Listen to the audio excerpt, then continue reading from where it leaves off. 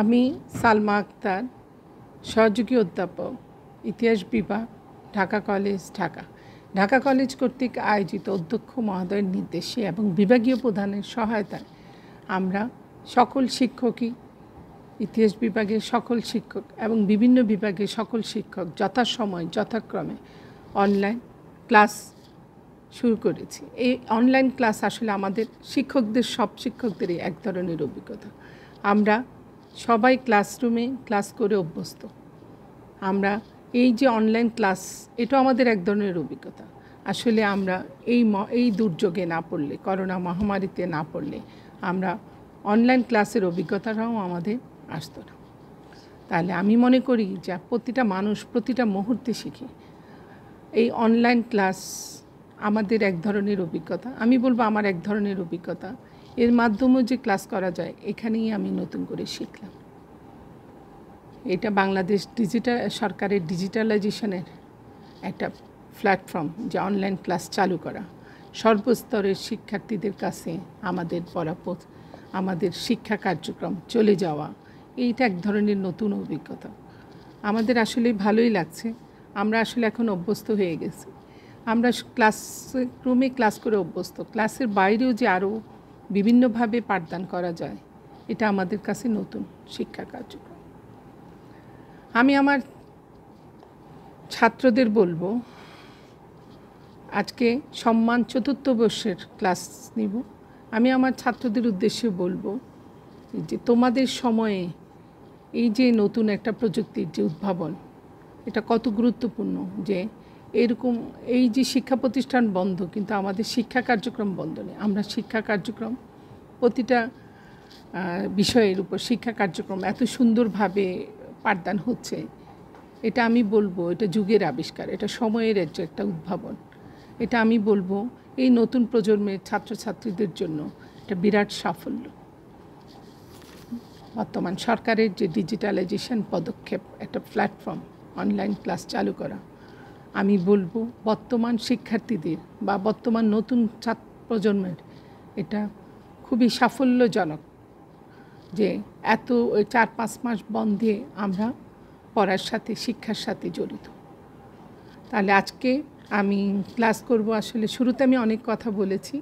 আমি আমার আজকে ক্লাস করব সম্মান চতুর্থ বর্ষে বাংলার ইতিহাস ক্লাস। আমার বিষয় হলো বাংলার ইতিহাস। আজকে আমি আমার প্রিয় শিক্ষার্থীদের উদ্দেশ্যে বলবো যে আসসালামু আলাইকুম। তোমরা সবাই ভালো আছো, আশা করি সবাই ভালো থাকো, দোয়া করি সবাই যেন ভালো থাকো, নিরাপদে থাকো। আমিও ভালো আছি, কিন্তু আমরা আসলে শিক্ষা প্রতিষ্ঠানে যেতে পারতেছি না, শিক্ষা কার্যক্রম চালু করতে পারতেছি না, এটার জন্যই ভালো লাগে না। কিন্তু তারপরে আমরা বলবো যে এই যে নতুন অনলাইন ক্লাস চালু করা, এর মাধ্যমে কিন্তু আমি হয়তো আমার ছাত্রদের দেখতে পাচ্ছি না, ছাত্ররা আমাকে দেখতে পাচ্ছে, আমার পড়া শুনতে পাচ্ছে। এটাও ছাত্রদের অনেক উপকার। তাহলে আমি আজকের আলোচ্য বিষয় হচ্ছে আমার গত 2-3টা ক্লাসের ধারাবাহিকতায় আজকের আলোচ্য বিষয় হচ্ছে বঙ্গীয় মন্ত্রিসভা। আমি আসলে শুরু করেছিলাম বঙ্গীয় মন্ত্রিসভা দিয়ে, অর্থাৎ একে ফজলুল হকের প্রজাপার্টি, কৃষক প্রজাপার্টির উদ্ভব, তারপর একে ফজলুল হকের প্রথম মন্ত্রিসভা। আজকের আলোচ্য বিষয় হচ্ছে ফজলুল হকের দ্বিতীয় মন্ত্রিসভা। আজকের আলোচ্য বিষয় হচ্ছে ফজলুল হকের দ্বিতীয় মন্ত্রিসভা। তাহলে দ্বিতীয় মন্ত্রিসভার সময়কাল কত? 1941 থেকে 43। তাহলে আজকে আমি ফজলুল হক শেষ করে দিব। আজকের ক্লাসে আমি মোটামুটি ফজলুল হক শেষ করে দিব। আমার চতুর্থ বর্ষের সিলেবাস মোটামুটি প্রায় শেষের পথে। 1905 থেকে 47 বঙ্গভঙ্গ থেকে আমরা শুরু করব, 1947 সালে বাংলা বিভক্তি দিয়ে শেষ করব। তাহলে আমি মোটামুটি 43 সাল পর্যন্ত চলে এসেছি। তাহলে আমার এই যতদিন শিক্ষা প্রতিষ্ঠান চালু না হবে বা অনলাইন ক্লাসের ধারাবাহিকতায়, আমি আশা করি আমার সাজেশনগুলো আমি শেষ করে দিব। কিন্তু আমি বলবো আমার ছাত্রদের, তোমরা বই পড়বে, বই সবই আছে, বিভিন্ন লেখকের বই পড়বে, ধারণা নিয়ে পড়তে থাকবে। ইতিহাস বোঝানোর কিছু নেই, ইতিহাস আমাকে জানতে হবে, ইতিহাস আমাকে বুঝতে হবে, তারপরে আমি লিখতে পারবো। আমি বলবো ইতিহাস পাঠ করে কে, ইতিহাস হচ্ছে জানার বিষয়। ইতিহাস বলতে আমরা যেটা বুঝি ঐতিহ্য, ইতিহাস বলতে আমরা যেটা বুঝি, ইতিহাস ঐতিহ্য শব্দ থেকে এসেছে, অর্থাৎ অতীতের অভিজ্ঞতাকে বা অতীতের যে ঘটনাগুলো ইতিহাসে মাধ্যমে আমরা জানতে পারি। অর্থাৎ সব ঘটনায় যে ইতিহাসে জায়গা পাবে তা না, শুধু গুরুত্বপূর্ণ তথ্যগুলোই ইতিহাসে স্থান পাবে। এ কারণে আমরা বলবো মানব জীবনের ধারাবাহিক অতীত ঘটনার যে ধারাবাহিক বিবরণ সেটাই হচ্ছে ইতিহাস। কিন্তু সব ঘটনা ইতিহাসে জায়গা পাবে না বা স্থান পাবে না, শুধু গুরুত্বপূর্ণ তথ্যগুলো ইতিহাসে স্থান পাবে। এ কারণেই আমি বলবো ইতিহাস পাঠ করে বা ইতিহাস পড়াশোনা করে যে ব্যর্থ তা না, ইতিহাস আমাকে জানতে হবে, আমাদের নিজেদের প্রয়োজনে জানতে হবে, আমাকে বুঝতে হবে। আমরা যে কোনো মানুষ অতীতের কার্য বলে আলোচনা করলেই বা ধারাবাহিক যে পর্যালোচনা করলেই আমরা বুঝতে পারি আমরা কি করতে পারি, আমরা কি করতে পারবো, কি করতে সক্ষম। তাহলে এটা কিসের মাধ্যমে জানা সম্ভব? এটা ইতিহাসের মাধ্যমে জানা সম্ভব। তাহলে আমি বলবো বাংলার ইতিহাস কিন্তু আমার প্রায় রাজনৈতিক ইতিহাস। এটা আমরা বাংলার ইতিহাস কিন্তু আমরা মোটামুটি সবাই জানি, ধারাবাহিকভাবেই জানি। তারপরও আমি বলবো যে একে ফজলুল হক সম্পর্কে অতি পরিচিত একটা নাম, তারপরও আমি বলবো তার একটা ধারাবাহিক বিবরণ আছে। একে ফজলুল হক কীভাবে মন্ত্রিসভায় আসলেন, কীভাবে প্রজাপার্টি গঠন করলেন, কীভাবে তার কৃষক প্রজাপার্টি উদ্ভব হলো এবং কীভাবে আসলো, কীভাবে তার প্রজাপার্টি আসলো, কীভাবে তার একে ফজলুল হক তার ধারাবাহিকতা আমি বলবো যে কীভাবে আসলো, তার ধারাবাহিকতা আমরা শুরু করেছিলাম যে একে ফজলুল হক প্রজাপার্টি কৃষক প্রজাপার্টি দলের নেতা ছিলেন। পরবর্তীতে আমরা দেখি কৃষক প্রজাপার্টি আর মুসলিম লীগের কোয়ালিশন মন্ত্রিসভা গঠন করেন, সেটা তার প্রথম মন্ত্রিসভা ছিল এবং 1941 সালে আমরা দেখি তার প্রথম মন্ত্রিসভা কার্যক্রম প্রায় শেষ। পরবর্তীতে আমরা তার দ্বিতীয় মন্ত্রিসভা নিয়ে আলোচনা করব বলেছি। আজকের ক্লাস শুরু করব যে ফজলুল হকের দ্বিতীয় মন্ত্রিসভা, অর্থাৎ 1941 থেকে 43 সাল, 1941 থেকে 43 সাল। 1941 সালের নভেম্বরে আমরা দেখি মুসলিম লীগ ও কোয়ালিশন সরকার থেকে মুসলিম লীগের বেরিয়ে যাওয়ার পর ফজলুল হক তার মন্ত্রিসভা 7 ডিসেম্বর ইস্তফা দেয়। অর্থাৎ আমরা দেখি মুসলিম লীগ ও প্রজা পার্টি কোয়ালিশন সরকার থেকে মুসলিম লীগ বেরিয়ে যাওয়ার পর ফজলুল হক তার মন্ত্রিসভা 7 ডিসেম্বর ইস্তফা দেয়। অর্থাৎ 1941 সালে ফজলুল হককে সংগঠন ও মুসলিম লীগ স্বার্থবিরোধী কর্মকাণ্ডের জন্য মুসলিম লীগ থেকে বহিষ্কার করা হয়। অর্থাৎ কেন ফজলুল হককে প্রথম মন্ত্রিসভা থেকে অনেকটা বহিষ্কার করা হয়? কারণ কি? স্বার্থবিরোধিতা। অর্থাৎ আমরা দেখি ফজলুল হককে সংগঠন ও মুসলিম স্বার্থবিরোধী কর্মকাণ্ডের জন্য মুসলিম লীগ থেকে বহিষ্কার করা হয়। আসলে তা না। তারপরও আমরা দেখি যে ফজলুল হকের দ্বিতীয় মন্ত্রিসভার সময়কাল হচ্ছে 1941 থেকে 43 সাল। প্রথম হক মন্ত্রিসভা বলতে আমরা কি বুঝি? একে ফজলুল হকের মন্ত্রিসভা পতনের পর পুনরায় ফজলুল হকের নেতৃত্বে দ্বিতীয় মন্ত্রিসভা গঠিত হয়। অর্থাৎ প্রথম হক মন্ত্রিসভার নেতৃত্বে আমরা দেখি দ্বিতীয় মন্ত্রিসভা গঠিত এবং এই দ্বিতীয় মন্ত্রিসভা 2 পর্যায়ে গঠিত হয়। প্রথম পর্যায় হচ্ছে 1941 সালের 11 ডিসেম্বর, দ্বিতীয় পর্যায় হচ্ছে 1941 সালের 18 ডিসেম্বর। এই মন্ত্রিসভা গঠিত হওয়ার মূল কারণ হচ্ছে দুটি। প্রথমত নাজিমুদ্দিনের নেতৃত্বে মন্ত্রিসভা গঠনের সম্ভাব্যতা যাচাই, দ্বিতীয়ত শরৎচন্দ্র বসুর গ্রেফতার। তাহলে এই যে দুইটা মন্ত্রিসভা, প্রথম মন্ত্রিসভার পতনের পর দ্বিতীয় মন্ত্রিসভা গঠিত হয় এবং এই দ্বিতীয় মন্ত্রিসভার 2টা পর্যায়। একটা হচ্ছে 1941 সালের 18 ডিসেম্বর, দ্বিতীয় পর্যায় হচ্ছে 41 সালের, প্রথম হচ্ছে 41 সালের 11 ডিসেম্বর, দ্বিতীয় পর্যায়ে হচ্ছে 1941 সালের 18 ডিসেম্বর। এবং এই যে মন্ত্রিসভা, দ্বিতীয় মন্ত্রিসভা গঠনের মূল দুটি কারণ, একটা হচ্ছে দেরি হওয়ার যে মূল দুটি কারণ, নাজিমুদ্দিনের নেতৃত্বে মন্ত্রিসভা গঠনের সম্ভাব্যতা যাচাই, দ্বিতীয়ত শরৎচন্দ্র বসু পদত্যাগ। তারপর আমরা বলবো সংখ্যাগরিষ্ঠের সমর্থন থাকায়, মানে এক সময় কৃষক প্রজাপার্টি আর মুসলিম লীগের সমর্থন থাকায় একে ফজলুল হককে সরকার গঠনের কথা বলা হয়। যে সমর্থন থাকায় একে ফজলুল হককে সরকার গঠনের কথা বলা হয়। হকের মন্ত্রিসভা বিভিন্ন দলের সদস্য নিয়ে গঠিত হয়। অর্থাৎ সংখ্যাগরিষ্ঠের সমর্থন থাকা আমরা দেখি একে ফজলুল হককে সরকার গঠনের কথা বলা হয় এবং এই হক মন্ত্রিসভা বিভিন্ন দলের সদস্য নিয়ে গঠিত। মানে বিভিন্ন দল বলতে আমরা বিভিন্ন সম্প্রদায়ও সমন্বয়ে গঠিত, বিভিন্ন দলের সদস্য নিয়ে গঠিত। ওই সময় স্বরাষ্ট্রমন্ত্রী ছিলেন শরৎ বসু, গ্রেফতার, শরৎ বসুর গ্রেফতার হক সাহেবের জন্য একটা বিপর্যয়। ওই সময় যে স্বরাষ্ট্রমন্ত্রী যে শরৎ বসুর যে গ্রেফতার, সেটা হক সাহেবের জন্য বড় বিপর্যয়। তারপরও আমরা বলবো বঙ্গীয় কংগ্রেস এই মন্ত্রিসভায় যোগদান করেনি। ডক্টর শ্যামাপ্রসাদ মুখার্জি অর্থ মন্ত্রণালয়ের দায়িত্ব লাভ করেন। এই যে মন্ত্রিসভা পরবর্তীতে আমরা কী নামে পরিচিত দেখি? শ্যামা হক মন্ত্রিসভা। অর্থাৎ ডক্টর শ্যামাপ্রসাদ মুখার্জি কী ছিলেন? অর্থ মন্ত্রণালয়ের দায়িত্ব লাভ করেন। তাহলে শরৎ বসু কী ছিলেন? আমরা স্বরাষ্ট্রমন্ত্রীর দায়িত্বে পালন। তাহলে আমরা দেখি বিভিন্ন দলের সমন্বয়ে তিনি মন্ত্রিসভা গঠন করেন। ফজলুল হকের দ্বিতীয় মন্ত্রিসভা বেশি দিন স্থায়ী লাভ করতে পারেনি। মাত্র আমরা দেখি যে 475 দিন ক্ষমতায় ছিল, অর্থাৎ 1941 থেকে 43, মাত্র 475 দিন ক্ষমতায় ছিল। ওই সময় ফজলুল হকের সাথে মুসলিম লীগ প্রায় বিরোধিতা করে, মানে ফজলুলের সাথে মুসলিম লীগ প্রায় বিরোধিতা করে। আমরা দেখি এই কারণে হক মন্ত্রিসভা উল্লেখযোগ্য কোনো অবদান রাখতে পারেনি, মানে ফজলুল হকের সাথে মুসলিম লীগ প্রায় বিরোধিতা করে এবং এই কারণে তেমন কোনো ভূমিকা রাখতে পারেনি বা অবদান রাখতে পারেনি। পরবর্তীতে আমরা দেখি মুসলিম লীগ নিজের অবস্থান সুদৃঢ় করে তোলে। ফজলুল হকের দ্বিতীয় মন্ত্রিসভা বাংলার রাজনীতির অঙ্গনে এক নতুন ধারা সূচনা করে। অর্থাৎ আমরা দেখি সরওয়ার্দী একে ফজলুল হকের দ্বিতীয় মন্ত্রিসভার সময়কাল কত? 1941 থেকে 43 সাল, অর্থাৎ 1941 থেকে 43 সাল। ফজলুল হকের দ্বিতীয় মন্ত্রিসভা 475 দিন ক্ষমতায় ছিল এবং এই সময় ফজলুল হক এর সাথে মুসলিম লীগ প্রায় সময় বিরোধিতা করে এবং এই কারণে হক মন্ত্রিসভা উল্লেখযোগ্য কোনো অবদান রাখতে পারেনি। পরবর্তীতে আমরা দেখি মুসলিম লীগ তার অবস্থানকে সুদৃঢ় করার জন্য ফজলুল হকের দ্বিতীয় মন্ত্রিসভা অর্থাৎ বাংলার রাজনৈতিক অঙ্গনে এক নতুন ধারা সূচনা করে। অর্থাৎ আমরা দেখি যে মুসলিম লীগ তার অবস্থানকে সুদৃঢ় করার জন্য ফজলুল হকের মন্ত্রিসভাকে বারবার ঝামেলার মুখে বা ফজলুল হককে বিপর্যয়ের মুখে ফেলে দেয়। অর্থাৎ আমরা দেখি বাংলার রাজনীতিতে ফজলুল হক কিন্তু একটা নতুন ধারার সূচনা করে। সেটা কী ছিল?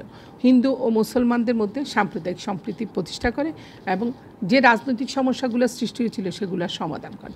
অর্থাৎ আমরা দেখি যে একে ফজলুল হক হিন্দু ও মুসলমানদের মধ্যে সম্প্রীতি বা সাম্প্রদায়িক সম্প্রীতি প্রতিষ্ঠা করে, যেই রাজনৈতিক সমস্যাগুলো ছিল সেগুলো সমাধান করার চেষ্টা করেন। কীভাবে?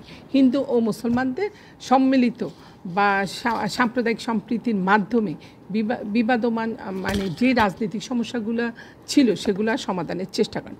এই দ্বিতীয় মন্ত্রিসভার মাধ্যমে উভয় সম্প্রদায়ের মধ্যে আমরা দেখি যে আমরা যদি পূর্বের অবস্থান থেকে সরে আসি তাহলে এর মধ্যে আমরা দেখতে পাবো কায়েদে আজমের উত্থান ঘটেছে। মানে এই যে আমরা দেখলাম যে এই দ্বিতীয় মন্ত্রিসভার মাধ্যমে এই যে দ্বিতীয় এই মন্ত্রিসভার মাধ্যমে যখন উভয় সম্প্রদায়ের মধ্যে পূর্বের অবস্থান থেকে আমরা সরে আসি তাহলে আমরা দেখি এই দ্বিতীয় মন্ত্রিসভা যখন আমরা দেখি যে চেষ্টা করছে যে হক মন্ত্রিসভাকে মুসলিম লীগ বারবার বিপর্যয়ের মুখে ঠেলে দিচ্ছে। এর মধ্যে কায়েদে আজমের উত্থান ঘটে, সর্বভারতীয় মুসলিম লীগ নিজের অবস্থান সুদৃঢ় করে, পাকিস্তান পরিকল্পনা মুসলিম লীগের মানে মূল আদর্শ ছিল পাকিস্তান পরিকল্পনা।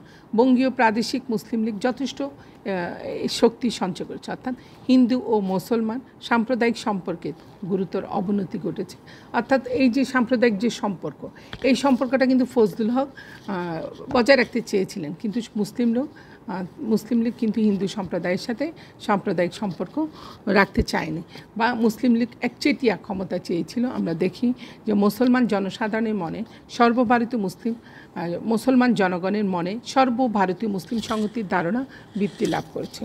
তারপর আমরা বলবো যে বাংলার মধ্যবিত্ত সমাজ পূর্ববর্তী মন্ত্রিসভা বিভিন্ন কার্যক্রমের দ্বারা অর্থাৎ বাংলার যে বাংলার মধ্যবিত্ত সমাজকে কিন্তু একে ফজলুল হক বিভিন্নভাবে বা বিভিন্ন কার্যক্রমের দ্বারা উপকার করেন। মানে এই যে মধ্যবিত্ত সমাজকে কিন্তু একে ফজলুল হক বিভিন্নভাবে উপকৃত করার চেষ্টা করেন এবং নিজেদেরকে মুসলিম লীগের সাথে জড়িয়ে ফেলেন।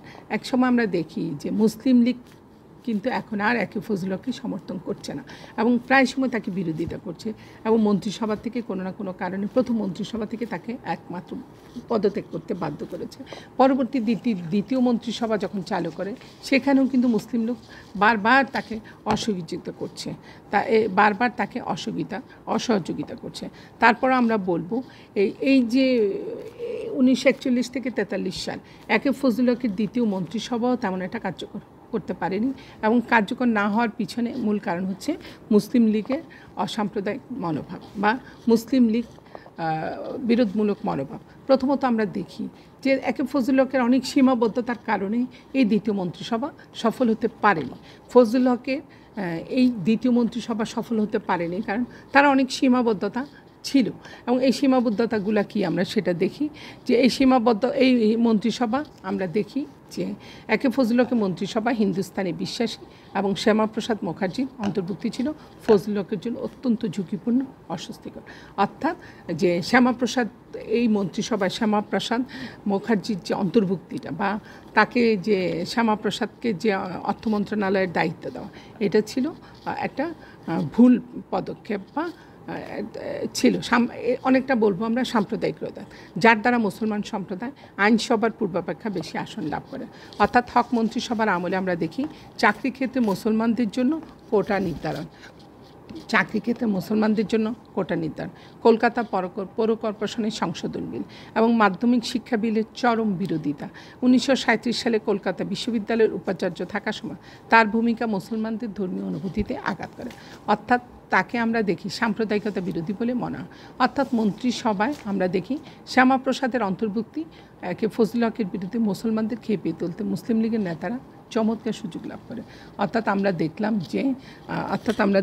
যে একে ফজলুল হক চেয়েছিল যে হিন্দু মুসলিম সম্প্রদায়ে দুই সম্প্রদায়ের মধ্যেই মিলিতভাবে মন্ত্রিসভা গঠনের উদ্যোগ, কিন্তু হিন্দু সম্প্রদায়ের লোককে বা হিন্দু সম্প্রদায়ের লোককে যখন গুরুত্বপূর্ণ পদে দেওয়া হয় তখন মুসলিম লীগের থেকে তাকে সমর্থন করেনি। অর্থাৎ মন্ত্রিসভায় শ্যামাপ্রসাদের যে অন্তর্ভুক্তি, এর বিরুদ্ধে মুসলমানদের খেপিয়ে তুলতে মুসলিম লীগ নেতাদের গুরুত্বপূর্ণ ভূমিকা পালন করে হকের বিরুদ্ধে।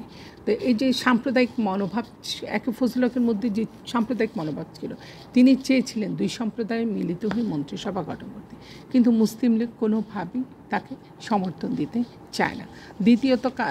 দ্বিতীয়ত সীমাবদ্ধতা কী ছিল এই মন্ত্রিসভার, যে একটা মন্ত্রিসভা কার্যকর করতে গিয়ে অনেকগুলো সীমাবদ্ধতার মধ্যে পড়তো। প্রথমত আমরা দেখলাম যে সাম্প্রদায়িক যে মনোভাব, এই কারণে হক মন্ত্রিসভা সীমাবদ্ধতা ছিল। দ্বিতীয়ত যেটা দেখি, বাংলার মতো একটা মুসলিম সংখ্যাগরিষ্ঠ প্রদেশে 5 বছর ক্ষমতায় থাকার পরে আমরা দেখি 5 বছর ক্ষমতায় থাকার পরে ক্ষমতাচ্যুত হওয়া মুসলিম লীগের নিকট গুরুত্বপূর্ণ বিষয়। অর্থাৎ দীর্ঘ 5 বছর ক্ষমতায় থাকার পরে ক্ষমতাচ্যুত হওয়া মুসলিম লীগের নিকট একটা গুরুত্বপূর্ণ বিষয়।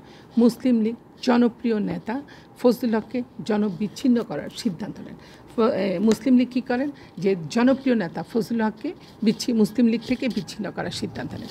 এই সময় কে সহযোগিতা করেছিলেন? সোহরাওয়ার্দী, নাজিমউদ্দিন ও তমিজউদ্দিন খানের নেতৃত্বে একটি টিম গণসংযোগ বের করেন। মানে মুসলিম লীগকে আমরা দেখি যে মুসলিম লীগে কী করেন, জনপ্রিয় নেতা ফজলুল হক, মুসলিম লীগের জনপ্রিয় নেতা ফজলুল হক কী করলেন, ফজলুল হকের জনপ্রিয়তা নষ্ট করার জন্য তারা একটা টিম গড়ে তুলেন। কে ছিলেন? সোহরাওয়ার্দী ছিলেন, তমিজউদ্দিন খান ছিলেন এবং নাজিমউদ্দিন ছিলেন। সবাই মিলে একটি টিম গঠন করেন ফজলুল হকের জনপ্রিয়তাকে নষ্ট করে দেওয়ার জন্য। এরপরে আবার বিভিন্ন পত্রিকার মাধ্যমেও তার সম্পর্কে বের হয়, দৈনিক Azad, star of India, the morning news. তাহলে এগুলো কী করে? ফজলুল হক বিরোধী প্রচারণা চালাতে থাকে। এর সাথে যুক্ত হয় সোহরাওয়ার্দী কর্তৃক বাংলায় মুসলমান ছাত্র ও তরুণ সম্প্রদায়। এদের সাথে কারা যোগ করে? সোহরাওয়ার্দী কর্তৃক বাংলার তরুণ ছাত্র সম্প্রদায়। অর্থাৎ আমরা দেখি যে যুক্ত হয় সোহরাওয়ার্দী কর্তৃক বাংলার মুসলমান ছাত্র ও তরুণ সম্প্রদায়। মুসলিম লীগ তাদের উদ্দেশ্য অর্জনে সফল হয়। ফজলুল হক দ্রুত জনপ্রিয়তা হারাতে থাকেন। এই যে সব মুসলিম লীগের প্রচারণার ফলে এক সময় ফজলুল হক তার জনপ্রিয়তা হারাতে থাকে। এবং তৃতীয় সীমাবদ্ধতাটা কি দেখি, মুসলিম লীগের বিরুদ্ধে লড়াইয়ে বা সংগ্রামে ফজলুল হককে তার ব্যক্তিগত জনপ্রিয়তার উপর নির্ভর করতে হয়। এই যে মুসলিম লীগ যখন ফজলুল হকের বিরোধী প্রচারণা করতে থাকে, তখন এক সময় আমরা দেখি ফজলুল হক তার জনপ্রিয়তা হারাতে থাকে। যে ফজলুল হক যে প্রজা সমিতিকে কেন্দ্র করে ক্ষমতায় গিয়েছিলেন, পরবর্তীতে আমরা দেখি তিনি ক্ষমতায় গিয়ে প্রজা সমিতি বা কৃষকদের যে দাবি দাওয়াগুলো ছিল সেগুলো তিনি পূরণ করার চেষ্টা করেননি, অনেকটা তিনি অবহেলা করেন। লীগ থেকে বহিষ্কৃত হয়েও তিনি প্রজা সমিতিকে পুনর্গঠন করেননি। তাহলে ফলে লীগ থেকে মুসলিম লীগ থেকে বহিষ্কৃত হওয়ার পরও প্রজা সমিতির কল্যাণের জন্য তিনি কোনো উদ্যোগ গ্রহণ করেন। ফলে প্রজা সমিতির যে প্রভাব নিম্নমুখী হয়ে পড়ে। যোগ্য নেতা হওয়া সত্ত্বেও আমরা দেখি দুর্বল সাংগঠনিক ক্ষমতার কারণে কৃষক প্রজা দলকে গড়ে না তুলে মুসলমানদের সমর্থন পুনরুদ্ধারের জন্য প্রাদেশিক মুসলিম লীগ নামে আরেকটি সাম্প্রদায়িক দল গড়ে ওঠে। অর্থাৎ ক্ষমতায় যাওয়ার পর আমরা দেখি ফজলুল হক কী করলেন, যে কৃষক প্রজা পার্টি এবং মুসলিম লীগের সমন্বয়ে তিনি ক্ষমতায় আসেন। ক্ষমতায় যাওয়ার পরে কৃষকদের যে দাবি দাওয়াগুলো ছিল সেগুলোর প্রতি তিনি কোনো মনোযোগ প্রদর্শন করেননি এবং অনেকটা তিনি অবহেলা করেন। একসময় মুসলিম লীগ থেকে যখন তাকে বের করে দেওয়া হয় বা প্রথম মুসলিম লীগের চাপের মুখে যখন হক মন্ত্রিসভা প্রথম মন্ত্রিসভা যখন পদত্যাগ করতে বাধ্য করা, তারপরও তিনি প্রজা সমিতির জন্য কোনো পদক্ষেপ গ্রহণ করেননি। ফলে প্রজা সমিতির প্রভাবটা নিম্নমুখী হয়ে পড়ে। যোগ্য নেতা হওয়া সত্ত্বেও শুধু আমরা বলবো যে তিনি যোগ্য নেতা ছিলেন, তারপরও দুর্বল সাংগঠনিক ক্ষমতার কারণে তিনি কৃষক প্রজা দলকে গড়ে না তোলে মুসলমানদের সমর্থন পুনরুদ্ধারের জন্য কী করলেন, আরেকটি দল গঠন করলেন। প্রাদেশিক মুসলিম লীগ নামে একটি সাম্প্রদায়িক দল গড়েন। গড়ে দিলেন। কিন্তু বাঙালি মুসলমানদের একটা অংশ মুসলিম লীগ নেতৃত্বের প্রতি বাঙালি মুসলমানদের একটা অংশ কি দেখলাম, যে বাঙালি মুসলমানদের একটা অংশ মুসলিম লীগের প্রতি নেতৃত্বের প্রতি আস্থাশীল হওয়ায় তিনি মুসলিম লীগে যোগ দেন। তিনি কি করলেন, যে ইয়ে থেকে বের হয়ে কৃষক প্রজা প্রাদেশিক মুসলিম লীগ নামে আরেকটি দল গঠন করেন। কিন্তু কৃষকদের বা প্রজা পার্টি নিয়ে তিনি কোনো পদক্ষেপ গ্রহণ করেনি। কিন্তু এখানেই কিন্তু কৃষক প্রজা পার্টির কাছ থেকেও তিনি জনপ্রিয়তাটা হারান। পরবর্তীতে আমরা দেখি বাঙালি মুসলমানদের একটা অংশ মুসলিম লীগ নেতৃত্বের প্রতি আস্থাশীল মুসলিম লীগে যোগ দেন। পরবর্তীতে তিনি মুসলিম লীগে যোগ দেন। কিন্তু এভাবে এই যে বারবার যে দল গঠন পরিবর্তন করার বিষয়টি তার রাজনৈতিক পতনকে সুদৃঢ়। অর্থাৎ এই যে বারবার দল পরিবর্তন বা দল গঠন করার যে বিষয়, এটা কিন্তু হক মন্ত্রিসভাকে আমরা বলবো যে তার রাজনৈতিক অঙ্গনে একটা ভুল পদক্ষেপ ছিল। বারবার দল গঠন বা পরিবর্তন করার যে বিষয়টা, এটাও বলবো তার মন্ত্রিসভা তৃতীয় একটা সীমাবদ্ধতা, যে বারবার যখন দল গঠন করবে বা পরিবর্তন করবে তখনই কিন্তু রাজনৈতিক অঙ্গনে তার দিক নির্দেশনা বুঝতে পারবে না। যে বারবার দল গঠন ও পরিবর্তন করার বিষয়টি আমরা বলবো তার রাজনৈতিক পতনকে সুদৃঢ় করে। চতুর্থত আমরা বলবো প্রথম মন্ত্রিসভার কৃষকদের জন্য যেসব কর্মসূচি নেওয়া হয়েছিল তার ধারাবাহিকতা রক্ষা করা হয়নি। অর্থাৎ প্রথম মন্ত্রিসভা আমরা জানি যে কৃষকদের জন্য যে কর্মসূচিগুলো ছিল সেই ধারাবাহিকতা তিনি রক্ষা করতে পারেননি। কৃষি সংস্কারের যে কর্মসূচি বাস্তবায়নে নতুন মন্ত্রিসভার বিশেষ আগ্রহ ছিল না। অর্থাৎ কৃষক প্রজা সমিতি ও সরকার মুসলিম মধ্যবিত্তের আশাকাঙ্ক্ষা পূরণে ব্যর্থ হয়। অর্থাৎ কৃষক প্রজা সমিতির নেতা হয়েও ফজলুল হক এই কৃষক প্রজা সমিতি আর মধ্যবিত্ত শ্রেণীর কোনো আশাকাঙ্ক্ষা পূরণ করতে পারেননি। এখানেও তিনি ব্যর্থ হন। তাহলে পঞ্চমত আমরা দেখি 1942 সালে পশ্চিম বাংলায় যখন ঘূর্ণিঝড়, জলোচ্ছ্বাস, খাদ্য সংকট দেখা দেয়, এরপরও আমরা দেখি বার্মা শত্রুর কবলে চলে গেলে চাল সরবরাহের উৎস হাতছাড়া হয়ে যায়। অন্যদিকে আমরা দেখি কলকাতার উপর জাপানিদের বোমা বর্ষণ সংকট আরও দুর্যোগের মধ্যে ফেলে দেয়। সরকার মূল্য নিয়ন্ত্রণ কর্মসূচি নেয় কালোবাজারে চরম আকার ধারণ করে। তাহলে এই যে প্রদেশের রাজনীতির উপর ব্যাপক প্রভাব বিস্তার করে, প্রদেশের রাজনীতির উপর আমরা তখন দেখতে পারি যে এই যে ঘূর্ণিঝড়, খাদ্য সমস্যা, খাদ্য সংকট, এগুলো কিন্তু প্রদেশের রাজনীতির উপর ব্যাপক প্রভাব পড়ে এবং মন্ত্রিসভা অনেকটা ব্যর্থ হয়। ফজলুল হকের মন্ত্রিসভা অনেকটা ব্যর্থ হয়। তাহলে এই পরিস্থিতিতে 1942 সালের নভেম্বর মাসে শ্যামাপ্রসাদ মন্ত্রিসভা থেকে যখন ইস্তফা দেয়, সরকার ভিতটা তখন দুর্বল হয়ে পড়ে। এই যে দুর্যোগময় ঘূর্ণিঝড়, খাদ্য সংকট, এই দুর্যোগময় মুহূর্তে শ্যামাপ্রসাদ যখন 1942 সালে মন্ত্রিসভা থেকে ইস্তফা দেয়, তখনই সরকারের ভিতটা দুর্বল হয়ে পড়ে। এবং ষষ্ঠ নাম্বার যেটা আমরা দেখি যে সীমাবদ্ধতা, ফজলুল হক বাংলার গভর্নর জন হাবার্ট থেকে শুরু করে মহকুমা অফিসার পর্যন্ত সর্বস্তরের আমলাদের প্রতিকূল মনোভাবের মুখে পড়েন। অর্থাৎ ফজলুল হকের যে মন্ত্রিসভার কার্যক্রম আমরা দেখি, জন হাবার্ট থেকে শুরু করে বাংলার যে গভর্নর ছিলেন জন হাবার্ট থেকে শুরু করে মহকুমার যত অফিসার বা পর্যন্ত সর্বস্তরে আমলাদের প্রতিকূল মনোভাবের মুখে, ফলে একসময় ভাইসরয়ের নিকট তিনি কী করেন, গভর্নরের বিরুদ্ধে অভিযোগ করেন এবং অভিযোগ করেন বা পক্ষপাতিত্বের যে অভিযোগটা তোলেন। গভর্নরের সাথে ফজলুল হকের বিরোধ চরম আকার ধারণ করে। 1943 সালের 28শে মার্চ আমরা দেখি ফজলুল হককে অসাংবিধানিকভাবে পদত্যাগকে বাধ্য করা, যা ছিল অনেকটা বরখাস্তের নামান্তর। কী কারণে? তিনি বাংলার গভর্নর জন হাবার্ড থেকে আমরা দেখি, জন হাবার্ড থেকে শুরু করে দেখি মহকুমার যে অফিসার পর্যন্ত সর্বস্তরে আমলাদের চাপের মুখে পড়েন, প্রতিকূল মনোভাবের মুখে পড়ে যান। একসময় আমরা দেখি যে তিনি কি করলেন, ভাইসরয়ের নিকট গভর্নরের বিরুদ্ধে পক্ষপাতিত্বের অভিযোগ তোলেন। গভর্নরের সাথে ফজলুল হকের বিরোধ প্রকট আকার ধারণ করে। 1943 সালের 28শে মার্চ আমরা দেখি ফজলুল হককে অসাংবিধানিকভাবে পদত্যাগে বাধ্য করা, যা ছিল বরখাস্তের নামান্তর বা বরখাস্তের অনুসারী। তার কারণ আইনসভার অধিকাংশ সদস্য সমর্থন তখনও তার অনেকেই, মানে আইনসভার অধিকাংশ সদস্য কিন্তু ফজলুল হকের মন্ত্রিসভার প্রতি সমর্থন ছিল। কিন্তু আমরা জানি যে মুসলিম লীগের বারবার বিরোধিতার কারণে এই মন্ত্রিসভা তেমন অবদান রাখতে পারেনি। অর্থাৎ আমরা জানি মুসলিম লীগের ফজলুল হকের প্রতি যে বিরোধিতা, বারবার বিরোধিতার কারণে এই মন্ত্রিসভা তেমন কোনো অবদান রাখতে পারেনি। তারপরও আমরা বলবো যে একে ফজলুল হক চেয়েছিলেন, তারপর আমরা বলবো যে একে ফজলুল হক দুইবার পরপর 41 থেকে আমরা বলবো 2 মেয়াদে ক্ষমতায় ছিলেন, 37 থেকে 41 এবং 41 থেকে 43। একে ফজলুল হকের দ্বিতীয় মন্ত্রিসভা পদত্যাগের সময় গভর্নর একটি সর্বদলীয় মন্ত্রিসভা গঠনের ধারণা দিল। ভারতীয় রাজনীতির বিশেষ প্রেক্ষাপটে আমরা কি দেখি, মুসলিম লীগ সংসদীয় দলের নেতা খাজা নাজিমুদ্দিনকে মন্ত্রিসভা গঠনের আহ্বান জানায়।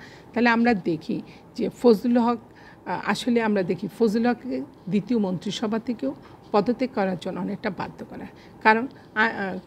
করা, কারণ আইনসভার অধিকাংশ সদস্য যদিও তার প্রতি দুর্বল ছিল, তারপর আমরা জানি মুসলিম লীগের বারবার বিরোধিতার কারণে এই মন্ত্রিসভা তেমন কোনো অবদান রাখতে পারেনি।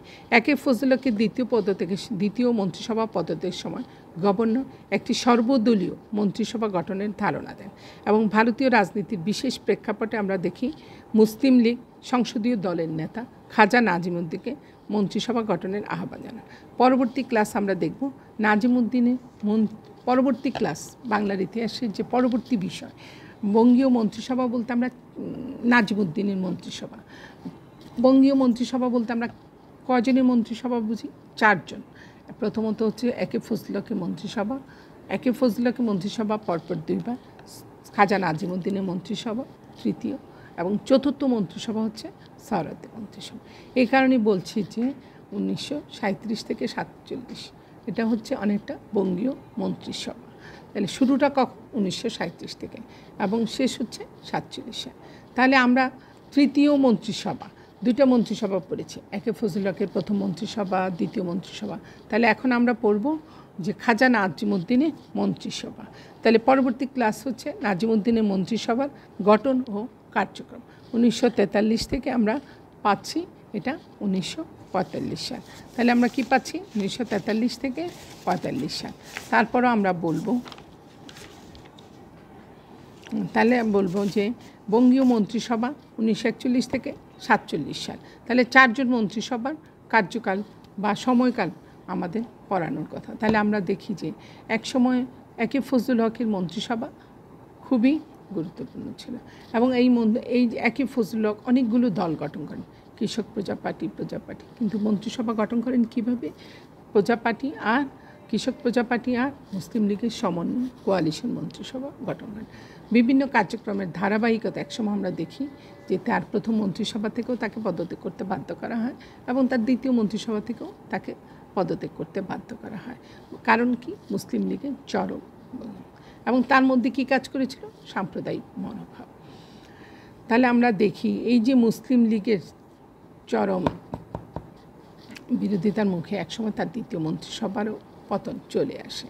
এর মূলত কারণ হচ্ছে একটা সিদ্ধান্তহীনতা, একে ফজলুল হকের সিদ্ধান্তহীনতাও কাজ করেছিল। একটা হচ্ছে বারবার দল গঠন এবং বিভিন্ন নতুন করে দল গঠন বা দল পরিবর্তন করার কারণেও কিন্তু একে ফজলুল হক তার পতনকে ডেকে নিয়ে আসে বা তার মন্ত্রিসভার অনেকটা সীমাবদ্ধ হয়ে যায়। তাহলে আমরা দেখব যে এইটা হচ্ছে আমাদের আজকের আলোচ্য বিষয় ছিল একে ফজলুল হকের দ্বিতীয় মন্ত্রিসভা এবং এর সময় কার্যকালের সময়সীমা। আগামী ক্লাসে আলোচনা করব খাজা নাজিমুদ্দিনের মন্ত্রিসভার গঠন ও কার্যক্রম।